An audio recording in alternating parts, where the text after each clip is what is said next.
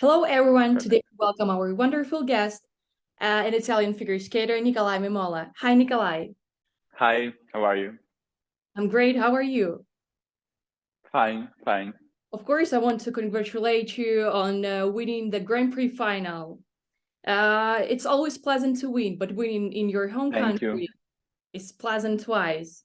Uh, what was, Yes. what were your first emotions after winning at the Grand Prix final? So I was extremely happy because, as you said, it was in my country. So I had the home crowd, so it was really amazing. And I was super, super happy also because when I started the season, one of my main goal to participate to the Grand Prix final, during Grand Prix final, and winning it was really a dream. And I was like, I had a lot of mixed emotion after the program, but when I realized that I had the gold medal, I was just on cloud nine, extremely happy. You said that you planned a quadruple jump at the Grand Prix final, but it didn't happen. What was the reason of such decision? Didn't you want to risk? Exactly. I didn't want to risk because during the season I had a lot of clean skate without a quad, and in almost every competition I had like 230 points. So I decided with my mom, that's also my coach, that I didn't need a quadruple jump to try to get on the podium. And yes, because I really don't feel ready to. Well, actually, I'm ready to add a quadruple jump in my program, but I don't want to make the quality, like to reduce the quality of my program, because I know that if I will add a quadruple jump, then my skating skill in the first part of the program will like go a bit down. So I will to try to do a clean skate, and yes, it happened. So both short program and free skate you put together with Corrado Giordani, and you participated in creating the program. So tell us how the Yes. idea was born and when did you start creating programs? So I decided the music before the junior words, and so I knew which music I would have taken for my new program. And after junior words, I had 2 weeks of how can I say of stop. While I was at in Egypt, I was just enjoying my 3 weeks. I started to think about my new program, and when I came here in Bergamo, I started to work with Corrado, and we started to try to make both program very, very sophisticated. We tried to study the history of both pieces. We decided for the short program to use Rachmaninoff, and we started to try to create a classical, how can I say, a classical base for the program, but with some contemporary movement. And we tried to not to overdo something because it's a very, very difficult piece of music. And for Samson and Dalila, I decided to learn to read the history, the story of this piece, and we decided to create a program like very, very culturally appropriate. We decided to start like the story when Samson get the strength from God, and then when he kills everyone, and also he died during a feast in a temple. So we also decided certain piece of music to try to do it better. So my free program is composed by three pieces of music. The first one is actually the beginning, the first act, and it's the part when Samson gets the strength and gets his power. Then it's the piece when Samson fell with Dalila, and then Dalila cut his hair, and he gets angry. He lose all of his power, and then during the last part, the bacchanale, he gets his strength back, and then he die after breaking the temple. Yes. Okay, so do you remember what was the turning point when you realized that figure skating is no longer a hobby but a profession? Yes. It was after. It was after. Yes, it was after you Olympic Games in 2020. I participated there and I got eight. I was 8, yes. And during this experience, I started to realize how figure skating was really a part of my life, and I decided to give all my free time to it. And then the point when I realized that I started really to compete in high level was after the Junior Worlds last year in Tallinn. I got 7th place, and there I started just to think figure skating just as the biggest part of my life, and I started to think only about it. So your sister Anna was like a role model for you. She skated as well. How much did she motivate you, and how does she help you right now? So my sister, yes, she skated, and I have to say that she was better than me when we were young. She was very good. She had all triple. She had also triple. But during puberty, she had a lot of problem with grown and everything. We all know that ladies go through such difficult phase during their younger age. So she decided to leave the field, the competitive field, and concentrate only on her life. So yes, it's very important for me because I think that when she stopped competitive career, every attention on my family was on me. But then I realized that they were just supporting me, and it's really amazing because they always support me. They give me advice. I can talk about sports with my sister because she understands. So it's really amazing to have a family member that really understand you. So for me, it's really important to talk with her just about how training go, how competition go, and it's very important to me. Yes. So what is it like when your mom is your coach? Do you manage to respect the chain of command during trainings? And how do you separate like your life and sports? Is it hard? So when I was young, we had a lot of problem, like just to understand each other.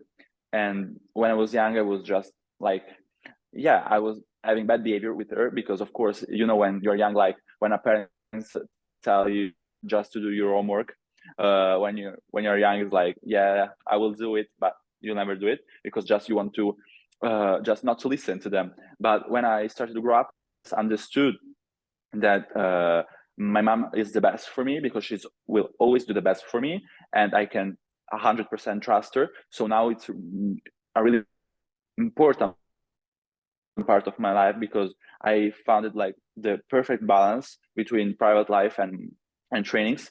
And for me, it's really good to have my mom as my coach because when I go home, she can understand everything of me. During like training, if there is something wrong, she just can understand like immediately what's wrong because she lives with me, so she knows about my life.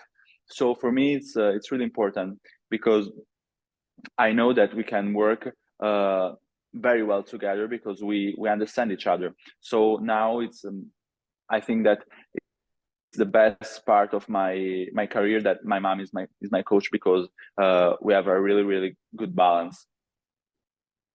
You always speak warmly about the summer training camps in Alexei Mission's team. So during the season, how often does Mission help you with working with your mom? So my mom has an extremely good relationship with Alexei Mission and her wife, Tatiana Nikolaevna. It's really important to just listen to them, to ask them advice, because my mom is very wise. So she's not that kind of trainer or coach that feel like how can I say greedy about his athletes. So she always listens to them. She always tries to just to ask some advice because she knows that they are great trainer. So she knows that this can help me my growth as an athlete. So sometimes when I do quotes or maybe when I have some problem with some jumps, she always just send them a video and ask them how it's going, which is the problem. And so it's really important for me, and I'm very thankful to them because their help, it's really amazing for me. Russian athletes don't participate in international competitions now. However, do you watch Russian tournaments, and which skaters do you support? I support every Russian skater. I watch every competition because I think that they are one of the best skaters in the world. I just watch them, I support them because the situation that is going on now is not their fault. They don't have anything to do with it. So I think that sports needs to be in every field needs to be just left alone. Sport is sport for me. Sport where like the way to how can I say to create new bonds between people, to create relationship, to try to how can I say just to try to make things better. So now I just hope that the situation will be better. I really support Russian athletes, so I hope that it will come back in competition, because when it will happen, it will mean that the situation will be better for everyone. And I just love to compete with Russian athletes because I think that they are very good, and they are a really good stimulation for me to try to improve myself. And an athlete that I just love is Elizaveta Toktamisheva. She's one of my role model because she's such a strong skater. She was strong in the past. She's strong now. So that's really amazing to see her journey from just junior field to senior field, to see when she won a world championship in 2015, and then to her that she got again a medal, the silver medal in Stockholm. It's really how can I say, it's very special to me. And I also support Alexandra Trusova. For me, she's one of the best skaters in the world, not for example skating skill or overall, but she's really an history maker. She gave to the sport an incredible how can I say, she started to do things differently. Everyone said that quadruple jumps were only for men, and she demonstrated them that it's not right. So for me, it's really inspiring to see how her trained herself to get the result that she wanted. And when she got it at the Olympics, it was just really amazing for me. Yes. So speaking about your trainings, what does your training day look like? So I wake up at 8 and I walk my dog out, and then I get in the car and I come here in Bergamo. I start with warm up. We have like an hour of warm up, more or less. Then I get on the ice. I start with jumps, skating skill with my program. Then I have a short, not a short. I have a break where I can eat. Then again I warm up, like 40 minutes of warm up, the second warm up, and then I get again on the ice and I train myself. And I train 3 hours. So I get here at 8. I warm up like 30 minutes, and then I get on the ice at 8:50, and I have 3 hours. And yes, this is my day. Then I get back home, so take part to the university, and then I go to sleep as how can I say? I love to sleep, so probably at 9 I'm in the bed, just watching some videos, and then I fall asleep. You visit Russia pretty often. Do you like Russian cousin, or maybe your mom cooks Russian food for you? Yes, of course, I love Russian cuisine. When we go to Russia, I always love to eat pelmeni. I always love to eat blini. And my mom sometimes cooks. Of course, we don't have much time because we are here all day, every day at the ice rink. But yes, sometimes she cooks. Of course, we mainly Italian cuisine, like pasta. When she has time, she loves to cook. So yes, I eat very happily Russian cuisine. How much time do you manage to devote to the studying, and where do you study? So I try to give every day more or less 1 or 2 hours, not because I need them, but because I just want to have a continuity in my studies. And when I get home, like at 5 o'clock, I just try to read something about school, or just to watch or just read what they did at university. And I study at the of Milano. It's called La Statale, and I study law.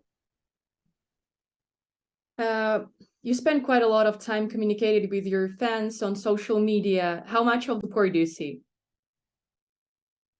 A lot. I love just to read the news about me. I love to go on Twitter and just search my name to see and just to read, and just supporters has to say about me, because I really think that a good skater needs also just to try to listen to their fan, to try to understand, get better. I think that when I'm on Twitter after Junior Worlds, I saw a lot of comments about my program, that they were just a bit slow. So I decided to work on it. Yes, I think that is very important for athletes to listen to the audience. What kind of music do you listen to? Does your playlist during competitions differ from the daily one? So I love to listen to classical music, and to music that is, how can I say, it's suitable for figure skating. I have a very long playlist. It's like, I guess, 30 hours of classical music, and I just love to set it on shuffle and just to listen to it. But I also love pop music. I can say that I have very fluid, like, how can I say, I have a very different taste. So yes, I just love to listen to every kind of music, but particularly classical music. We know you as a talented figure skater, and what are you like in life? How could you describe yourself? So I'm very outgoing. I love to spend time with my friends. I love to hang out with them, just to go around the city. I love to go to new place, just to walk and get lost, like in big cities, to find new spots. And yes, I'm a normal guy. I have a normal life. I love to spend time with my dog, with my friend, and yes, I just try when I have free time to be with my friend, because I think that is the most important thing. And so for our followers, could you say something in Russian? Спасибо большое. Увидимся скоро, если я могу приезжать в Россию. И спасибо большое. So thank you. I was really happy to talk to you today. Thank you. Thank you so much. Bye-bye. Bye bye. Thank you.